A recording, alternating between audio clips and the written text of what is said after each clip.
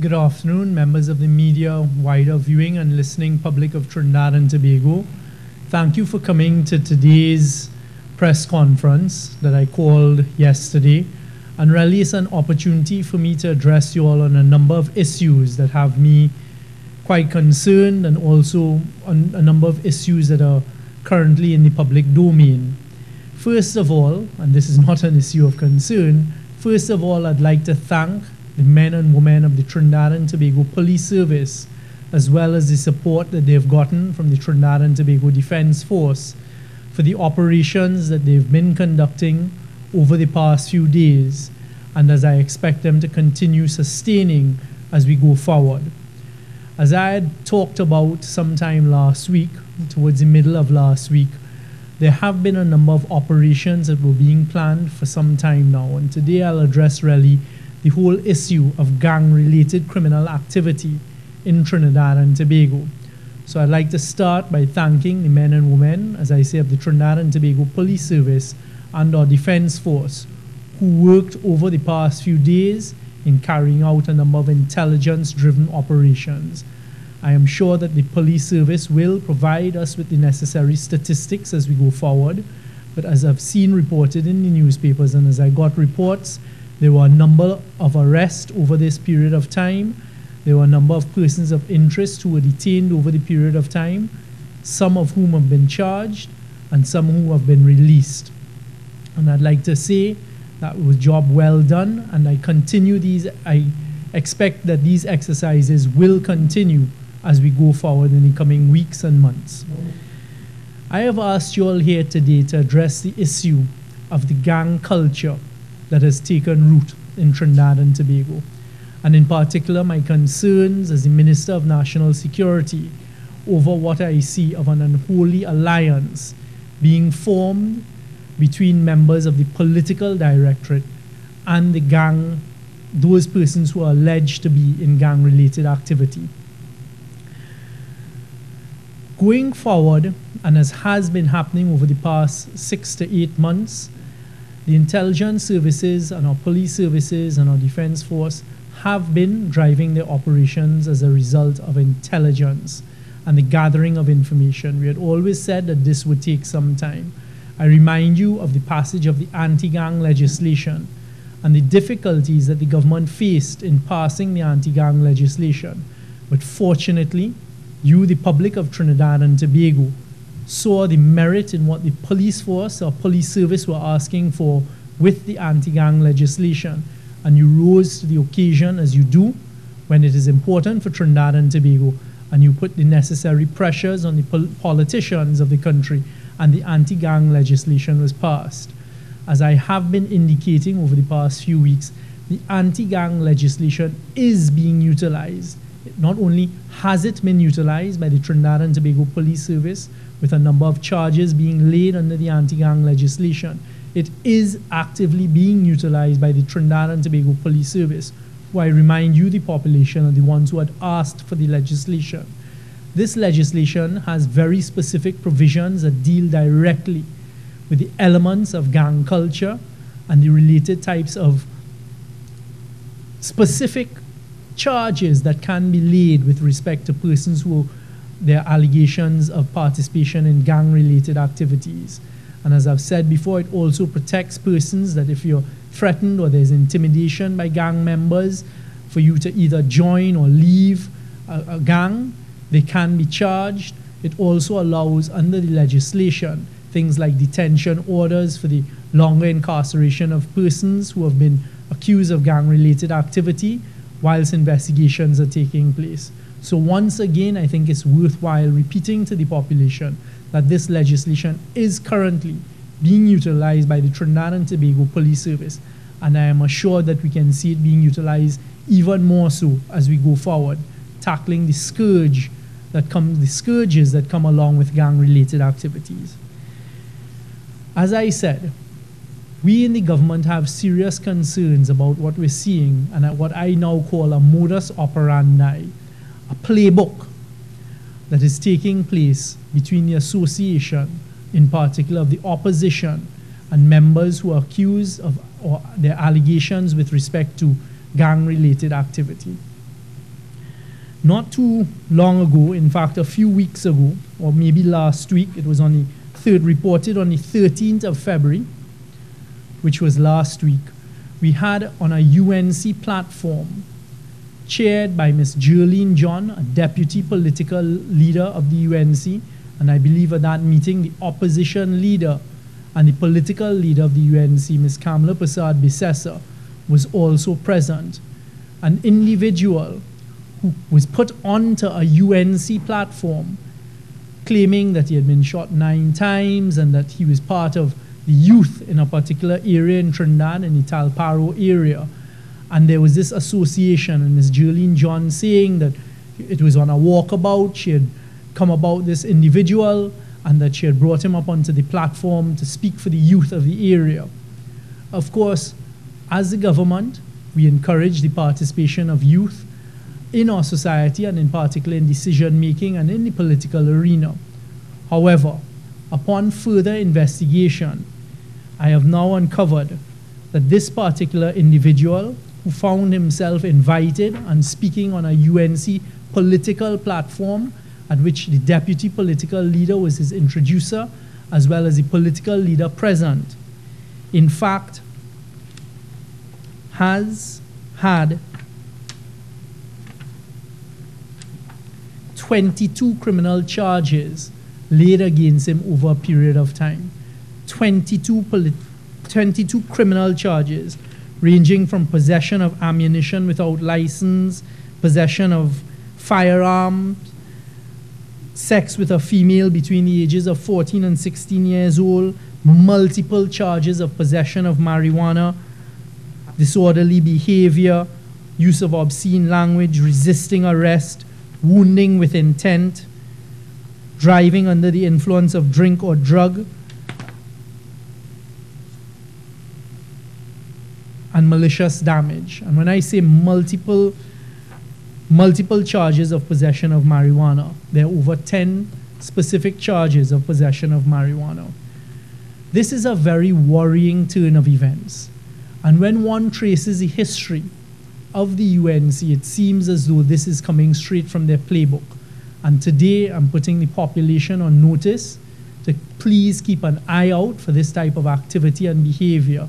And I'm going to go now into a bit of the history that supports my submission, that unfortunately it appears as though the UNC party thinks that they have to get into bed with the criminal element, and in particular persons associated with gang activity, in order to win elections and to make political mileage and to gain political ground. You would recall that not too long ago there was a most unfortunate incident with Minister Hines, the Member of Parliament for Laventille West, in the Beetham estate. And in fact, when it was uncovered and found, one of the persons who was charged was in fact not only a UNC activist, but was described by Mr. David Lee as a foot soldier of the UNC. Footage was subsequently found where that person was giving out UNC jerseys and were told, even encouraging persons in this type of disorderly and illegal activity. But it goes much further back than then. If you go through the records, and in particular the media records, you will see in 2013, in particular, Miss Jerlene John, when she was then the managing director of the HDC, and then under the housing minister, Dr. Rudal Monilal, they had given out a number of HDC contracts, including one quite ironically, for the building of the Duncan Street Police Post to persons who were alleged to be in criminal and gang activity. One of those very persons was in fact detained in the police exercises that took place as a result of intelligence-driven operations over the last 96 hours. It appears as though Ms. John in particular sees it as part of her mandate, and a very irresponsible one at that, to go out along the east-west corridor of Trinidad and Tobago and to find the criminal element to provide support. This also leads us back into what was uncovered in 2014 with the live sport program, and some very disturbing information that had come out in 2014 with respect to the live sport program. As we all know, that was a program that initially began as a $29 million program, quickly mushroomed to $113 million, and eventually stopped, mirrored in a controversy of criminality and allegations of criminality, including some persons associated with the program being murdered, at about $400 million. At the time, one of the main coordinators of the program, Mr. Hassan Ali, who was part of the program, the father of Rajai Ali, was quoted in giving an interview to the media where he said he assisted the then government, the UNC government, to, quote, help bring voters to vote. That kind of thing, I'm telling you straight, is my position. I participated to help the UNC come into power. The first time they came into power, we were very effective in the streets. We participate in the politics. We help try to bring the voters in and influence the voters. We know we do that well. When he was asked, had he been rewarded for this help, he said, we've been assisted to help resolve issues on the ground, in the low, on the quiet.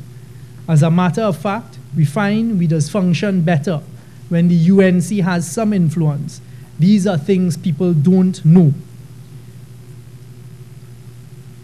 This was just part of the quotation of his interview with the media at the time in 2014, when the live sport program and the criminality associated with this $400 million program was exposed. It also is worthy of reminding you, the population, that two former UNC candidates, one in Tobago, Mr. Barrington Thomas, also known as Skippy, I understand, who went up as a UNC candidate in Tobago, also has a criminal record and a rap sheet, as we call it. I was also reminded that some time ago, I believe in the 2000s, an individual again went up as a UNC local government candidate. And that individual's name, and he was well known to the police and to law enforcement, was Sean Bill Francis. As the Minister of National Security, and in particular since coming in as the Minister of National Security, I have been asking our law enforcement officers to utilize the anti-gang legislation, and in particular for them to tackle the scourge of criminality that is brought about by gang activity and criminal gang activity. It is very disturbing to see that rather than assist the population in reducing this type of behavior, it seems to be encouraged in a particular quarter. And I'd like to draw a very extreme distinction and something that draws them apart. As I have just said, persons with criminal records have been put forward by the opposition, United National Congress, as candidates in elections. That does not happen in the PNM. They also have had, as recent as last week, an encouragement to bring persons who are known criminals, 22 charges laid against them, onto their platform to promote the party and the party politics.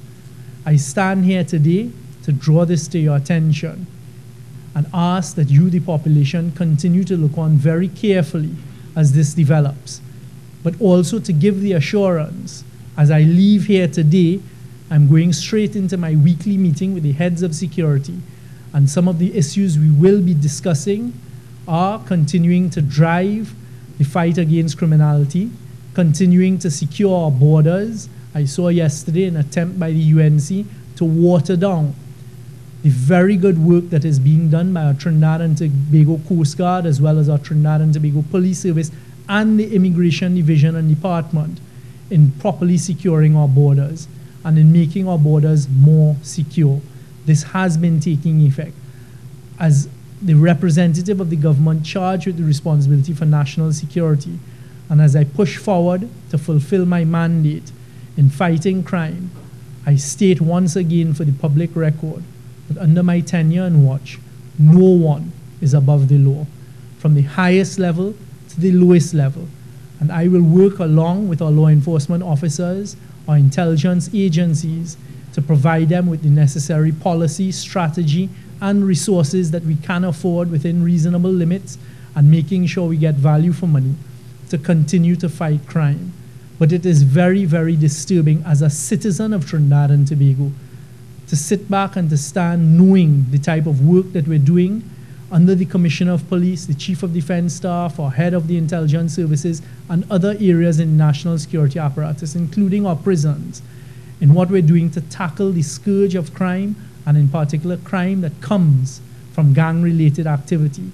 But to see that promises are undoubtedly continuing to be made by those in opposition.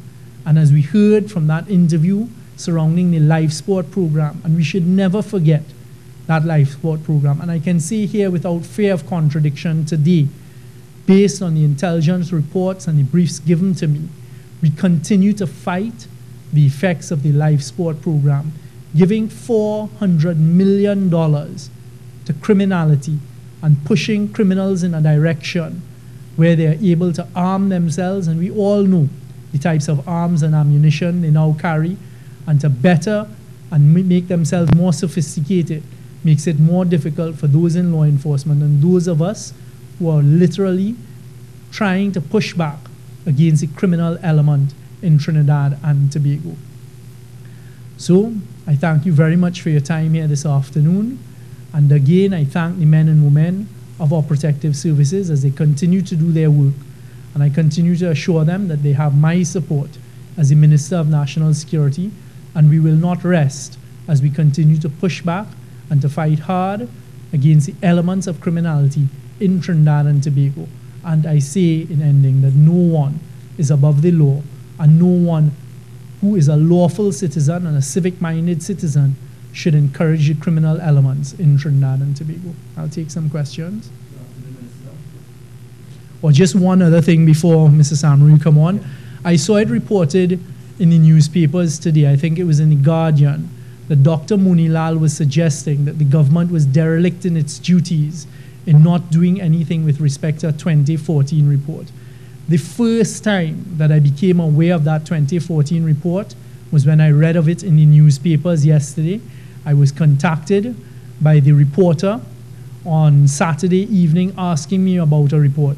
Of course, I did not comment because I had absolutely no clue what report it was that was being referred to.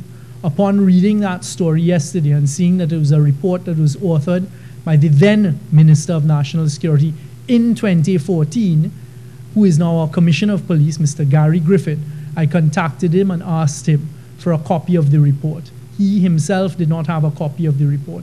He told me at the time that report was tabled by him at Cabinet and pursued by him with his Cabinet colleagues, and there was great resistance met to that report. So it is quite hypocritical of Dr. Munilal, who would have been part of Cabinet and a senior member of the then government, to sit on that report from 2014. I saw him trying to cover his tracks and saying that they had intelligence operations and they tried to do something. The facts speak for themselves.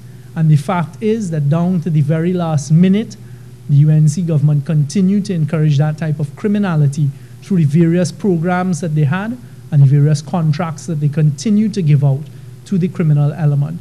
And I just put on the record that the first time I, as Minister of National Security, or as part of this government that came in September 2015, heard of that report was when I read of it yesterday in the newspapers, and I'm currently trying to get a copy of the report. Good afternoon, Minister. You said you were deeply disturbed to hear about the UNC's alleged connection with known criminal elements, people with a rap sheet. But one of your own Cabinet colleagues took a certain Cedric Burke to the office of the President and has been known to say that is a friend of his. I mean, what would you have to say about that? What I have to say is I drew the distinction. Cedric Burke has never been on a PNM platform. Cedric Burke has never been a PNM candidate, local or otherwise. At the time when that incident took place, my Cabinet colleague was sanctioned by the Prime Minister, and we all know what happened. She was removed from the Cabinet as a result of that. And brought back? Correct. But so is therefore is the connection done? Was it did the party see that the connection was severed there?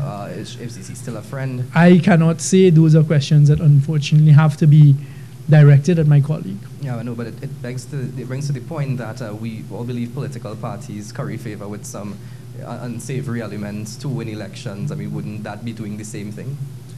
I don't think that this political party and this current administration is currying favor with any criminal element, and certainly as a Minister of National Security, I will not condone that. All right. With respect to those that investigative report Guardian Media did over the weekend, now that you're going forward with it, will you be looking to cut off any of those existing contracts? I can say one of the things I've asked is to be provided with reports with respect to any accusations and allegations of persons who are allegedly engaged in criminal activity, and in particular these gang activities, to be provided to me for me to see and identify where the particular areas. I've heard this in HDC, CPEP, URP, and some of these areas. And those reports have now been provided to me. I'm in the process of going through it, and I intend to action it, yes.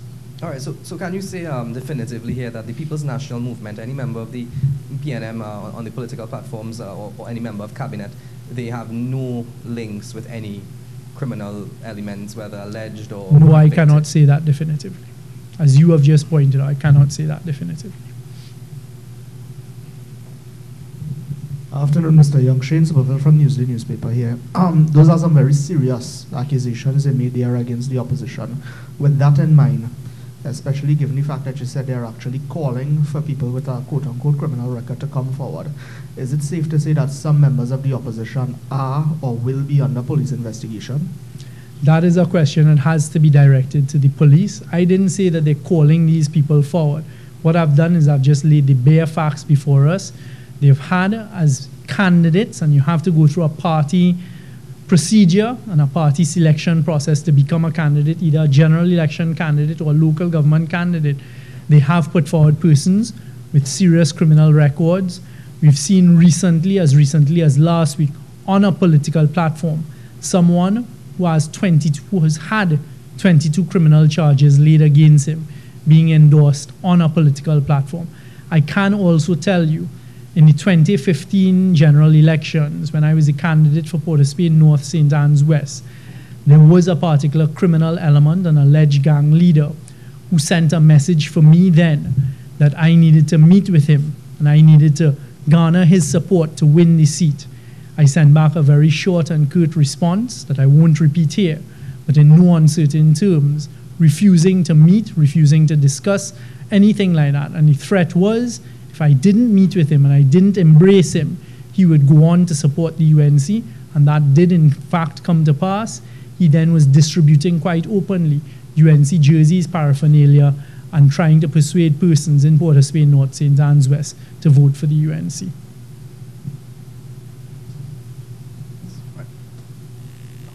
Thank you. Can you tell me the link between the alleged link between the UNC and criminal elements? I mean, how does that translate to a threat to this country's national security? That is something that the police would be best situated to respond to. Minister of National Security. And I brought it up as a serious concern of mine. I've brought it up and laying the facts before you, the population. At the end of the day, the population has to make its own decisions. I would hope that if the police or intelligence services are aware of any unholy alliance that breaches criminality, whoever is in that unholy alliance would be charged. There would be an investigation into them. So if in fact this goes beyond just the mere encouragement of criminal elements, etc., and there is something more than that, more than the mortar and pestle, then I would hope that there is a proper investigation, and if there are charges to be laid, so be it. All right, just a quick question regarding the Operation Strike Back. And over the weekend, we saw some people being held last week, and some people being released over the weekend. Some people, jokingly calling it Operation Catch and Release. Any concern of yours? Is there any concern that it's a repeat shades of 2011, where we saw these mass arrests, and then just as many, we saw a lot of people being released as well? Absolutely no analogy between the two. 2011, let us not forget, was a state of emergency where all of our constitutional rights were shut down. We were deprived of our rights. There then was a mass gathering of persons, and as we now know, it was not based on intelligence. As we now know, it has cost us, the taxpayers, us, the citizens of Trinidad and Tobago, tens of millions of dollars in damages. Every single thing that took place within the last 96 hours was done within the parameter of the law, was done without a state of emergency. These operations were intelligence driven. The police are the ones who are best suited to give us the particulars and the details associated with it. But by the mere fact of persons being released and released within time, so there's no breach, there's no threat of damages against the state because everything was done lawfully. Do not underestimate the positive effects of that type of action from both a disruptive point of view, but also from an information gathering point of view. These are not going to be one-off operations. I can't help how people term certain things. If you say catch and release, etc., that's certainly not how I would term it.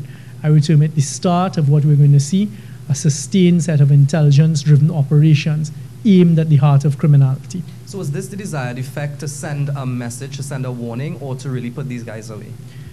I think you've met all of those, tick all of the above. I think they have seen now the seriousness of our law enforcement. As I say, I'm going into a meeting with the heads now, and we will have discussions.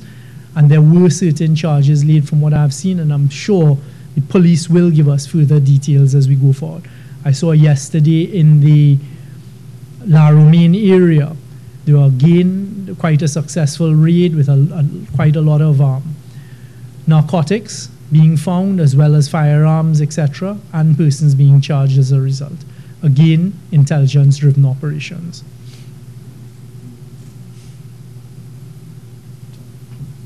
Question coming from my colleague. You are the spokesperson. Yeah. Well, we're doing a one newsroom thing now. We saw the Commissioner of Police getting some death threats. Any against you? I have had, and that's not something I would go into, yes. Just get a little something, a text message, a phone call, a letter. I will leave it right there. I'd prefer not to talk about it. Hi, good day again, sir. This morning, Commissioner Griffith appeared on a talk show on CNC3 where he criticized, well, what he said offered some constructive criticism of media houses. Just wanted to know, you also being the Minister of Communications as well as National Security, what is the government stance on this? Do you think it was appropriate to stand by his remarks? Unfortunately, I have been in meetings. I was then chairing F1GP this morning, and we have no phones or any devices in. I left there straight to come here, so I don't know what you're talking about. I plead ignorance that I'm not aware of what you're referring to. You want me to clarify? You can if you would like. Well, yes. What he said in essence was he was referring to a particular media house during the raids in the Beetham last Thursday, I think it was, where they took an interview from two young men in Beetham, and he said that that interview in effect really just presented one side of the story of their operations in the Beetham, and they didn't bother to contact him or any other police officer for their side of what took place. And in that, I suppose he, accused that particular media house of just showing slanted facts, as the case may be. Okay, well, again, I personally haven't seen this interview with the Commissioner of Police, Mr. Griffith. He is more than capable of speaking for himself, so I think those questions are best directed towards him. I can tell you, as the Minister of Communication, all I can do is encourage our media to continue to be very responsible. You all know your duties and responsibilities quite well, and just understand the heavy duty and responsibility that you all carry in presenting a fair reflection of the facts and a reasonable reflection of the facts, and how important that responsibility is on you all for us, the citizens of Trinidad and Tobago. And just continue being fearless in what you do and doing it to the best of your ability. That's all I can ask. One last question from myself. I spoke to Mr. Griffith not long before coming out here, and he said that the code red, or the red alert, is still in effect, and from what he sees, it may very well stay in effect until Ash Wednesday. With that in mind, how does that affect, the national security preparations for Carnival 2019? it would not affect it. In fact, it might enhance it, because as you all are aware at this stage, the code red is with respect to the Trinidad and Tobago Police Service. What it does is it triggers a set of consequences, a set of effects out of that. So, for example, there's more presence of police, there's a heightened state of alertness, and these types of things. So that can only, in my view, augur well going into the Carnival season. What I can tell you all is that the preparations for Carnival and the security and safety of Carnival continue afoot. I'm going now to a briefing where we will discuss those things. I am quite pleased at this stage. I knock on wood. So far, there have not been any untoward incidents. We had quite a significant event in the Savannah for many hours yesterday. We've had some others over the weekend. Again, knock on wood, no incidents.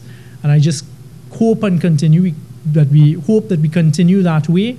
And I just use this opportunity to ask all citizens of Trinidad and Tobago to continue to keep your cool heads and to just enjoy the season, enjoy it safely, and be mindful of those around you and ensuring their safety and security.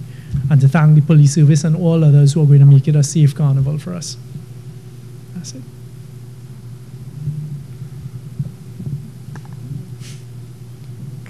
Good afternoon, Rondo Dowlett, Guardian.